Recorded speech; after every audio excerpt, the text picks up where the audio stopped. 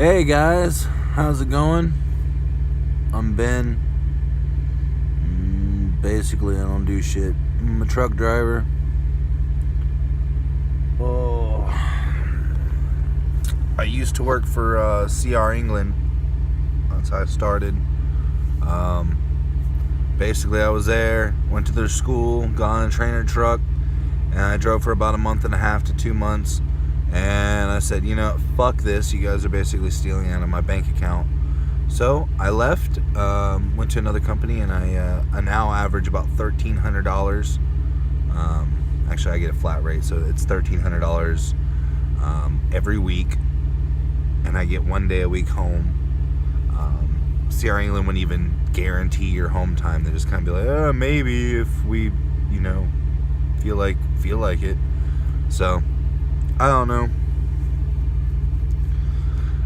I feel like a lot of people that were with CR England that did YouTube videos, they're talking about it and they're like, the pay is not really that good. But really, the reason I left a company like that is because it's not that they pay you shitty, because you have no experience. You aren't worth a whole lot. You haven't proven yourself to be a safe driver. They're putting you, in a big expensive piece of equipment with a big, long, expensive trailer full of goods that they have to insure. So I understand them kind of fucking you on pay. I don't feel like that degree was like really worth it. But on that's not why I really hated CR England. I didn't like it. It really pissed me off because I had to call and argue my pay. Like, you have a guaranteed pay, and then somehow they'd be like things missing, or like little transaction fees that they would charge you for and hope that you didn't say nothing about.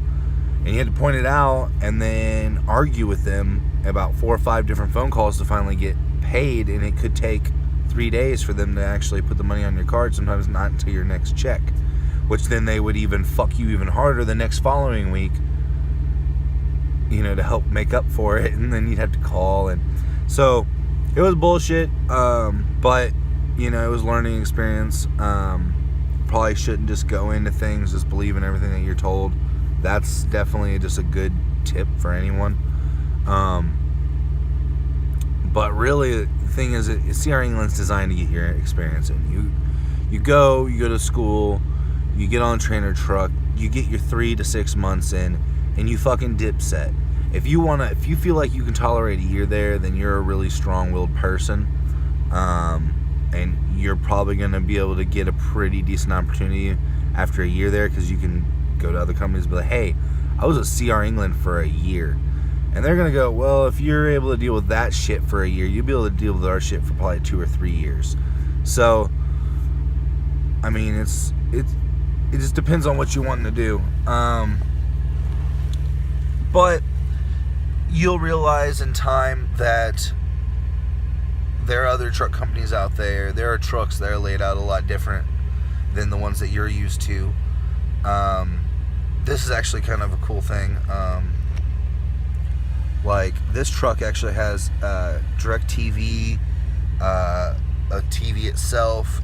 We have an inverter in the trucks. Like, they won't let any other trucks not have them. I got a CB in mine set up. I got a microwave. Truck's kind of a mess, so I'm not going to really show it off, but definitely the TV is a big plus. Now, I will talk trucks for a second.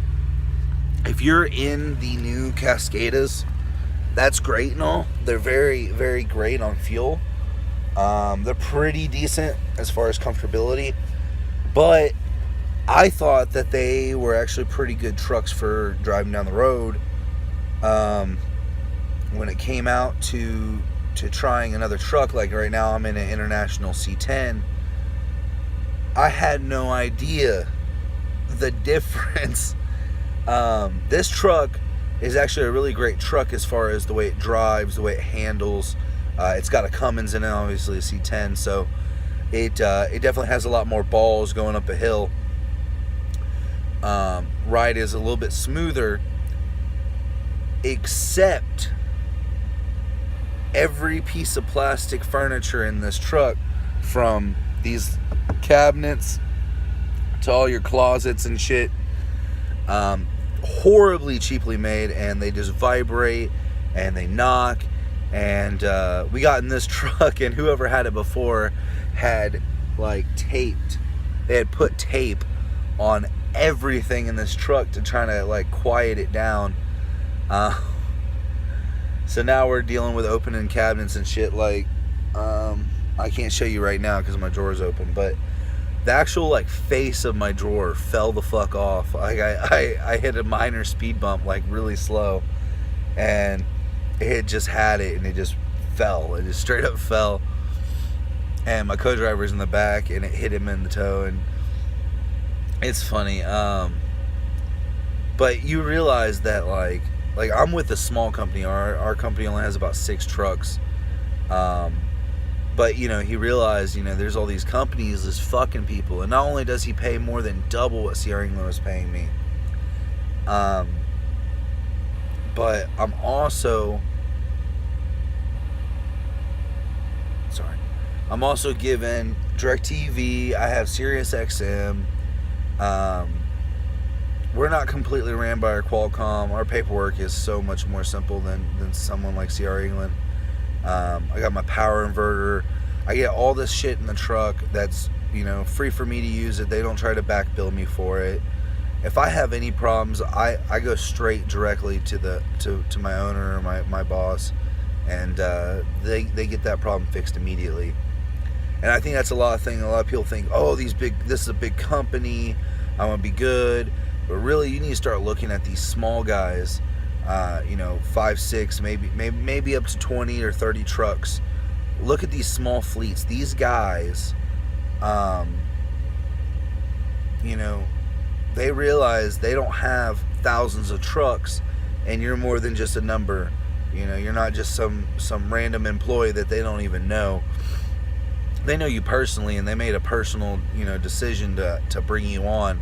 So they're going to make sure that they do everything they can to make sure you're happy, you get that freight there on time, and that you stay with them, that way they don't have a shortage of drivers. Right now we're still about 50,000 short in our industry. So maybe you're watching this and you've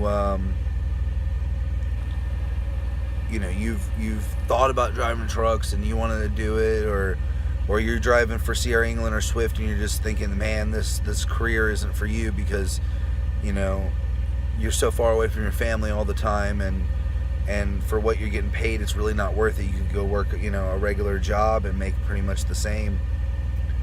And I was thinking the same thing. Like, I was with Sierra England and I was like, man, should I quit? Should I just go home? Just get a basic maintenance job? Should I, what should I do? And I was like, I'll check out this other company. They had been hitting me up for a while, and I signed in with them. And I mean, my first check, $1,300. I couldn't believe it. I went from maybe after taxes like $400.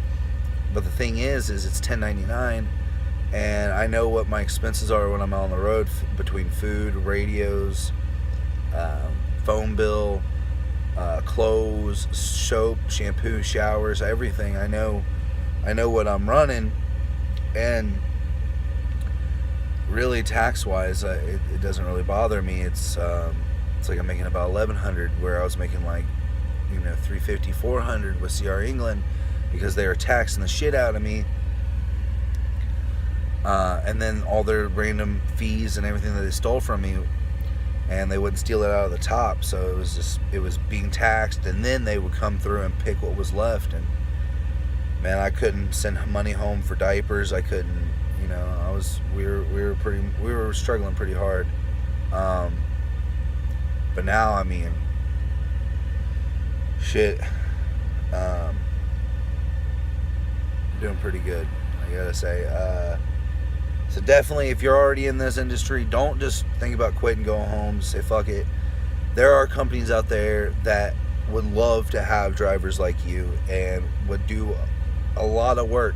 Like, my company rented me a car to drive all the way from Atlanta, Georgia to Indiana. They rented me a car. They could have thrown me on a Greyhound like CR England or Swift was going to do, No, no, they rented me a full size car.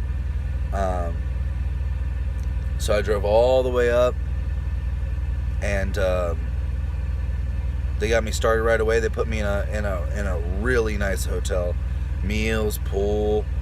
I mean, a really nice hotel they put me in. I was surprised. Heated indoor jacuzzi.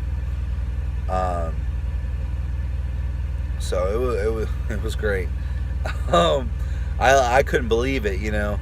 Like, I was telling them, like, oh man, I'm gonna drive up there and it's gonna be just this like guy right there that's trying to steal my identity or something. Something's gonna happen. But it turned out they were legit, and here I am working for them in their truck. As you can see all the fucking tape. Whoever, like, I just got in this truck. We might not be staying in it. I'm not sure yet. But you can just see what this jackass did. He just like taped everything. But yeah, that's all my time. If you guys have any questions about CR England, like I said, if you're not a truck driver right now and you want to get your license, you just want to follow the best route. I hate to say it, but CR England, I mean, I was in the school for 17 days, had my license, and by 19 days I was on a trainer truck. Not even in Georgia. So as much as I hate to say it, I will say probably CR England would be your best route to start. If you quit, they're going to say you have this contract and you can't drive or whatever. They can't cancel your CDL. All they can do is come back and try to bill you for the school. It's $155 a month. And if you have bad credit, if you pay that $155 a month for the few years that you have to, and you pay it off, your credit's going to be so much better just by doing it. So you might as well just go through with that. But if any of you guys have any questions about CR England, or what I call the Big Dirty, which is the big industry companies, you got CR England, Swift, Prime, Knight,